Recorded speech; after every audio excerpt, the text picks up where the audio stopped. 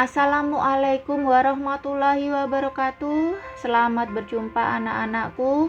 Kali ini adalah bab terakhir untuk kalian sebelum kalian menghadapi penilaian akhir semester pada tanggal 23 November 2020. Materi pokok kita adalah tentang teks eksplanasi.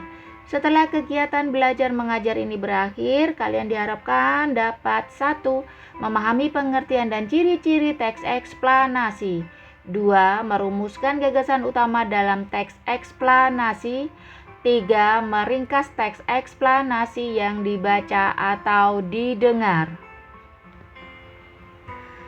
Pernahkah kalian melihat fenomena alam seperti dalam gambar berikut?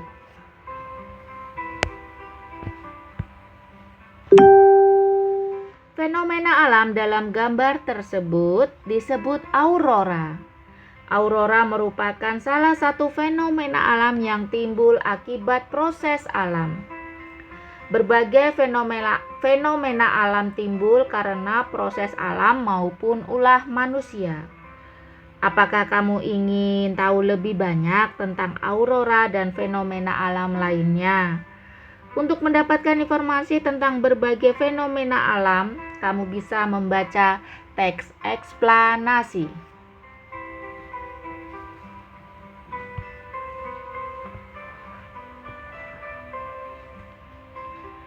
Materi teks eksplanasi.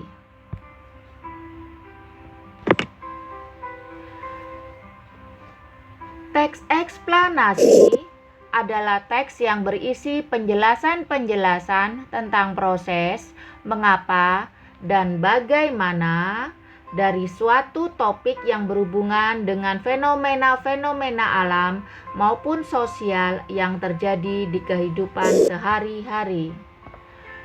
Tujuan teks eksplanasi adalah untuk menjelaskan proses terciptanya sesuatu yang terjadi secara alamiah atau proses bekerjanya fenomena alam maupun sosial. Adapun ciri-ciri teks eksplanasi: 1. Memuat informasi-informasi fakta. 2. Membahas suatu fenomena yang bersifat keilmuan atau ilmu pengetahuan. 3. Menjelaskan sebab akibat dan proses terjadinya sebuah fenomena alam atau sosial. 4. Bersifat informatif dan tidak berusaha mempengaruhi pembaca untuk mempercayai hal yang dibahas di dalam teks. 5. Memiliki atau menggunakan sequence marker, penanda urutan seperti pertama, kedua, ketiga, dan sebagainya, atau pertama berikutnya terakhir. Teks eksplanasi memiliki jumlah paragraf yang cukup banyak, maka diperlukan keterampilan untuk meringkas teks eksplanasi agar menjadi teks yang baru dan lebih ringkas.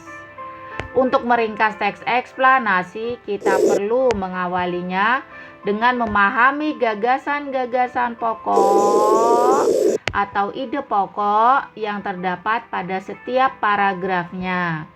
Apakah paragrafnya itu nanti berpola deduktif, induktif, atau campuran? Deduktif, gagasan utamanya terletak di awal paragraf. Induktif, gagasan utamanya terletak di akhir paragraf, dan campuran ada di awal dan di akhir.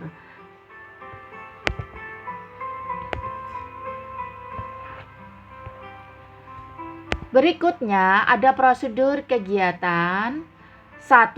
Bacalah contoh teks eksplanasi yang berjudul proses terjadinya hujan. Kemudian tentukanlah gagasan pokok setiap paragraf dari teks di bawah ini. Nah, 2. Setelah kalian menentukan gagasan pokok setiap paragraf dalam teks tersebut, selanjutnya kalian membuat sebuah teks ringkas mengenai proses terjadinya hujan. Dengan cara kalian menggunakan gagasan-gagasan pokok yang sudah kalian tentukan sebelumnya. Itu adalah tugas pertama kalian.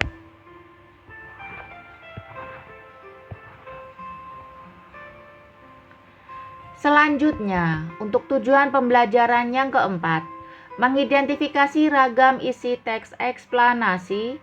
5. Mengidentifikasi isi struktur dan kaidah teks eksplanasi. 6. Mengidentifikasi peristiwa-peristiwa yang terjadi di lingkungan peserta didik tinggal sebagai bahan menulis teks eksplanasi. 7. Merancang dan menulis teks eksplanasi. Materi struktur dan kaidah bahasa teks eksplanasi. Teks eksplanasi ialah teks yang menjelaskan mengapa dan bagaimana suatu fenomena alam atau sosial terjadi. Oleh karena itu, teks ini memiliki dua pola penyajian, yaitu 1.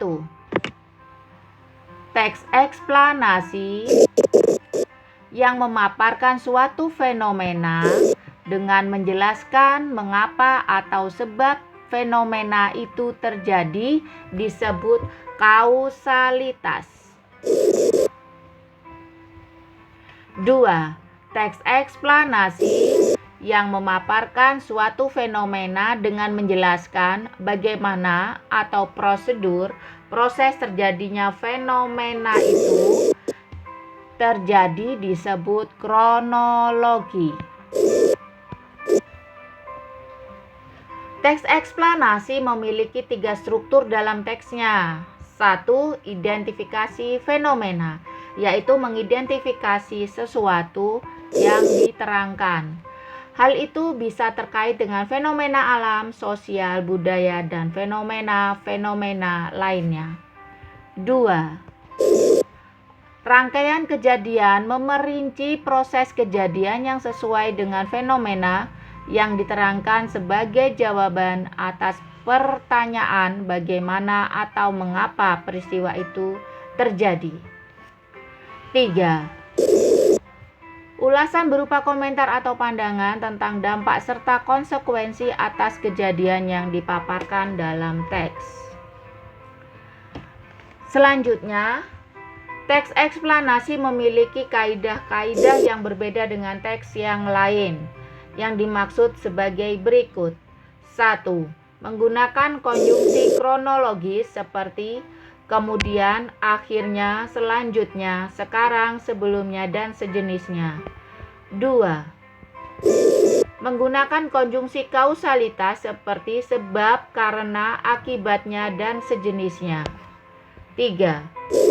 Menggunakan kata peristilahan atau teknis seperti industri, pariwisata, otomotif, sektor pertanian, dan lain sebagainya. 4.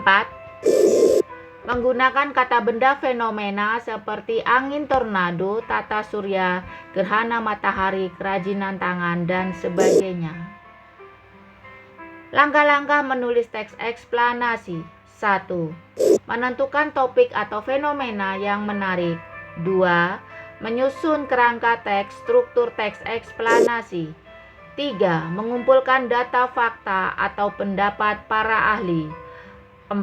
Mengembangkan kerangka menjadi sebuah teks.